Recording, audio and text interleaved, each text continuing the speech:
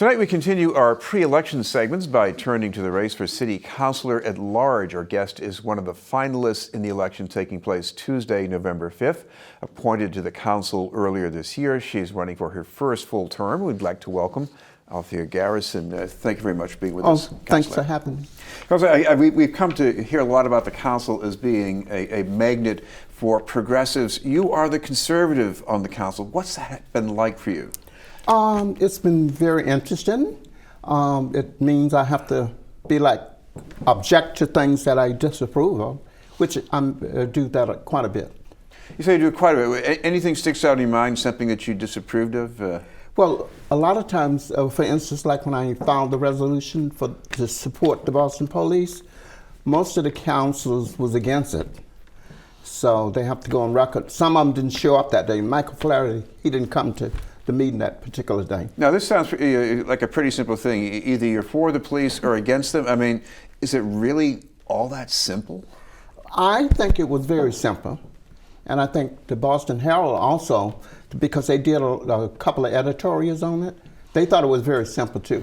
And was there an event that prompted that as far as when it was filed? Well, yes. The marching from Complex Square up to City Hall, and I didn't like the abuse that the police took. Okay, and this was the straight pride event you're talking about, and the counter protest. Did you go and see that yourself? No. One of the persons came by my office and wanted me to speak, but I was very busy that particular weekend, so I didn't go to it. Right.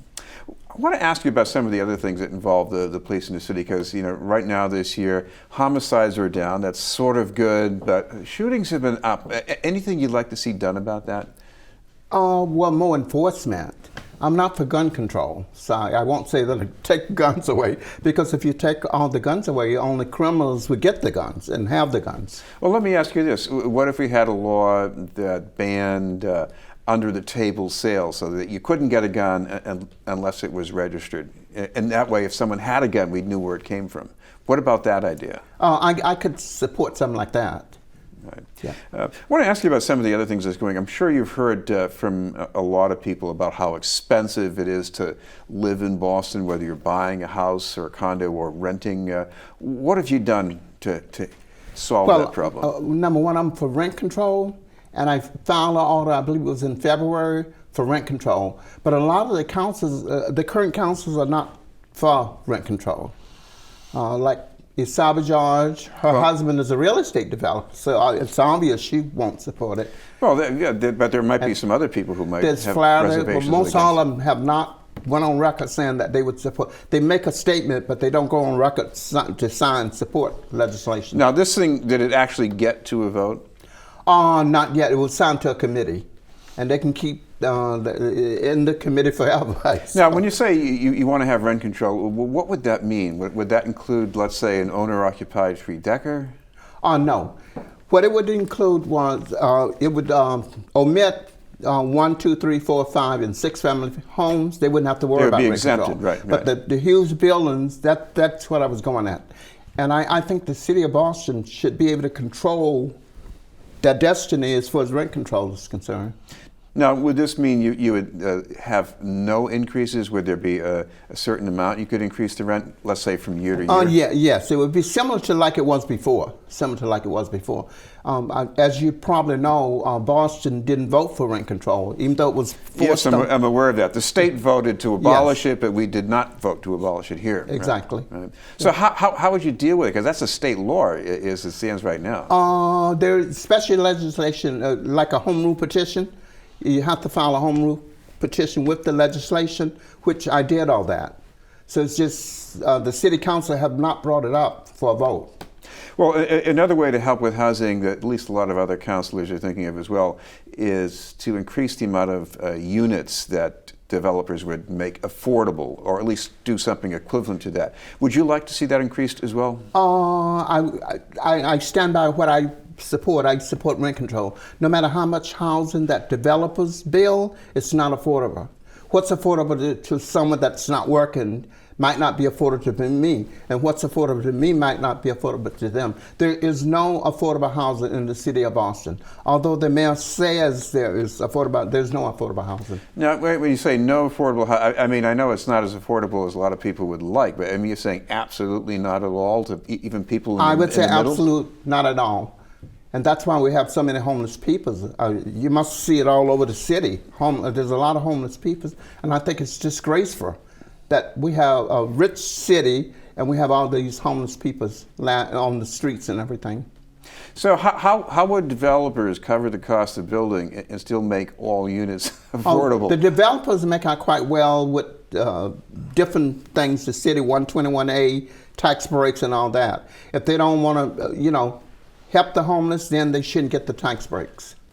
Well, I want to ask you about something else that's been happening here. As you know, that there have been a lot of complaints from the neighborhoods about decisions on what gets built in the city. You've been to some of these meetings. Yes. What was it like for you? Well, we attend a lot of meetings in East Boston, Charlestown, and those different places. A lot of times the councils don't attend those hearings when someone is trying to stop a builder from building. A lot of times they don't attend the hearings. They're waiting until things are over. I try to go up front and oppose something right away. This is BNN News. We're talking with City Councilor at Large, Althea Garrison. Any particular development you might want to mention that you oppose because it wasn't right for the neighborhood? Most of the time, people call me. I don't even have to call them. They call me. Most people is opposed to the whole texture of Boston has changed, and they're opposed to it. All over whether South Boston, East Boston, Charlestown, or wherever, West Roxbury, they're opposed to a lot of development. Now, I know that a lot of these developments have very pricey units. You and I probably can't afford them, but what about other developments? Was there any development where you listened to the plan and you said, okay, I'm in support of this? I follow whatever the people want me to do. They call, and if they want me to attend hearings or whatever, attend meetings, and I go to the meetings and stuff. Okay. Like most of the councils, they don't attend a lot of meetings when it comes to development. Well, as you know, there was one case earlier this year of a former city official who pleaded guilty to doing something with the zoning variance approval process. He seems to have gotten some money for that, and the person he helped did pretty well as well. Do you think the city should do anything different about policing things like that? I think they should monitor a lot of development better than what they've been doing.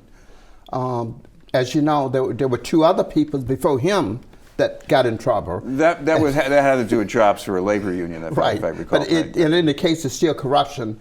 So, I'm opposed to a lot of corruption and stuff like that. Now, City Councilor, the president of the council, Andrea Campbell, came up with an idea of having an inspector general to sort of look into things more closely. What do you think about that idea? I objected to it, and the reason I objected to it was we have an inspector general for the federal government. We have an inspector general for the state government. We don't need, I don't think, an inspector general for the city of Boston. If there's corruption, they should call in either the federal or the state government and have them to investigate where the corruption is. Right. I mean, so you're sure the state has jurisdiction here. So if you call them up, they're going to say, "Oh yeah, we have to look into this." Well, the federal government. Well, if the state does, the federal government sure does. Right. Yeah. Right. I also want to ask you about another complaint in the city of Boston. I'm sure you've heard people talking about this, and that's service on the MBTA. And there are some things beyond the T's control. I understand that, but anything that you'd like to see done differently? I would like to see service improve totally. Michelle Wu, well, I'm pretty sure you know this, and she probably know it too. I've been fighting the MBTA for probably like 30 years. And all of a sudden, because that's an issue, she's trying to take the issue from me. But I'm not going to let her take it from me. Well, I mean, you were doing it as a state rep back in the 1890s. Yeah. 1990s, rather. I'm sorry. But as far as doing this, what would you like to see done differently? Well, you can hold up money. The city of Boston give the MBTA like $85 million per year. Michelle Wu was city council president. Like, if she was so concerned about improving the service, you would have thought that 2 years as city council president that she would have been able to do something about it. She did absolutely nothing. She just started going to... Oh, no, wait a minute. Before we get too hard on somebody else here, what did you accomplish when you were in office? Every time there was a fare increase, I appeared before the committee and opposed it. Every time.